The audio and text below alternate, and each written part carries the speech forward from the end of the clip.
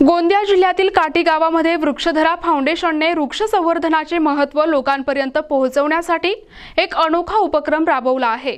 वृक्ष संवर्धन जनजागृती अभियानाअंतर्गत वृक्ष संवर्धन रॅली काढून भव्य वृक्षारोपण करण्यात आले। आजच्या परिस्थितीत वृक्षांची वाढती गरज लक्षात घेता विद्यार्थ्यांमध्ये वृक्ष संवर्धनाची आवड निर्माण व्हावी हा या अभियानाचा मुख्य उद्देश आहे। यासाठी काटी गावातील आणि परिसरातील सर्व शाळेतील विद्यार्थी, नागरिक आणि लोकप्रतिनिधी यामध्ये सहभागी झाले होते। या अभियानाअंतर्गत रस्त्याच्या दुतर्फा 100हून अधिक झाडे लावून संरक्षण भिंत तयार केली जाणार आहे, जेणेकरून हा परिसर हिरवागार होईल।